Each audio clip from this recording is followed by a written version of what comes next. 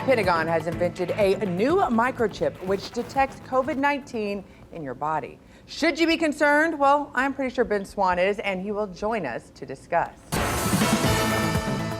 FDA is now recommending pausing the use of the Johnson & Johnson vaccine after 7 cases of blood clots have recently come to fruition following vaccination, including 1 death.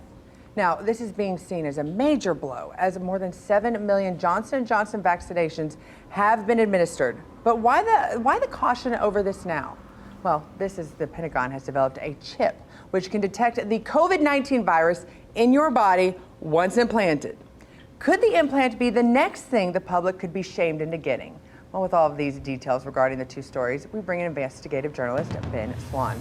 I want to move on to the microchip, which senses COVID-19 in your body before symptoms and filters the virus from the blood before. It's being developed by the Pentagon. Your thoughts on this? Yeah, so, all the conspiracy theorists out there, right, who went around saying, hey, they're creating this microchip and it's going to be inserted into your body. It's going to come with the vaccine. And all these folks in the media were like, oh, you people are crazy. There's no microchip. Then the Pentagon comes out and says, hey, actually, we have a microchip.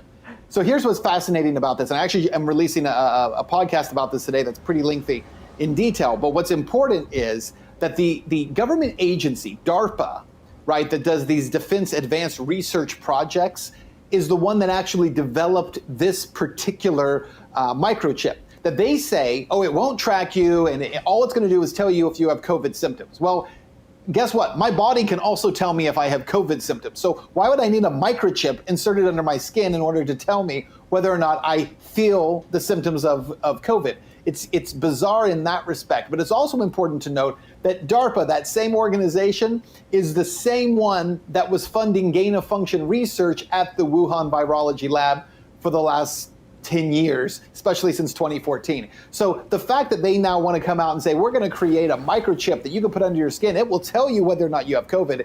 Scotty, do you really trust that that's what this is for? And the fact that this has even been created in the first place, there doesn't seem to be a point to it to tell you that you have COVID.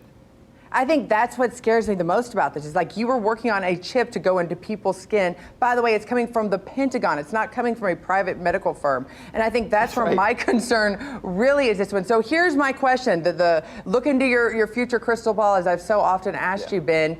If this shows to actually be accurate and it can predict it, do you think we could see a push that everybody, just like what we've seen with the mask, the vaccine, a push that you actually have to be microchipped with something from the Pentagon? Could that actually happen in society today?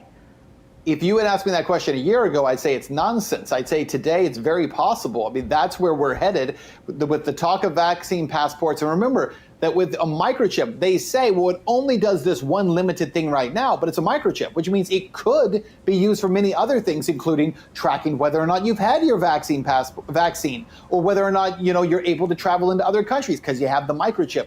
The application for a microchip is vast once it's already been created. So the idea that it's only there for determining whether or not you have it, I think is untrue. And yes, I think it's very likely there'll be a huge pressure to say the Pentagon is going to start microchipping people. And if you want to travel and you want to be able to go in and out of the country, you have to have this. And anybody who's listening who says, oh, that sounds like a conspiracy, a year ago, you would have said it was conspiracy to say that we're going to use the blockchain to create a passport so that you can travel from country to country. And that's happening right now as we speak. And I have to wonder what's going to happen if private industry gets a hold of this technology as well. Ben, lots of questions that have to be answered by this. Thank you so much for joining us. Thank you, Scotty. Barakatha Yahweh, Barakatha Yahweh Shai, Call Allahim Yahweh Bashim Yahweh Shai Bashim Rakakwadash. All right. Let's lock it. This is it, man. This is it. This is the last prophecy before Yahweh Shai comes back, man. All right, so now is not a time to get slothful. Now is not a time to start dragging your feet or get complacent. Okay, we're at the end. This is literally the end.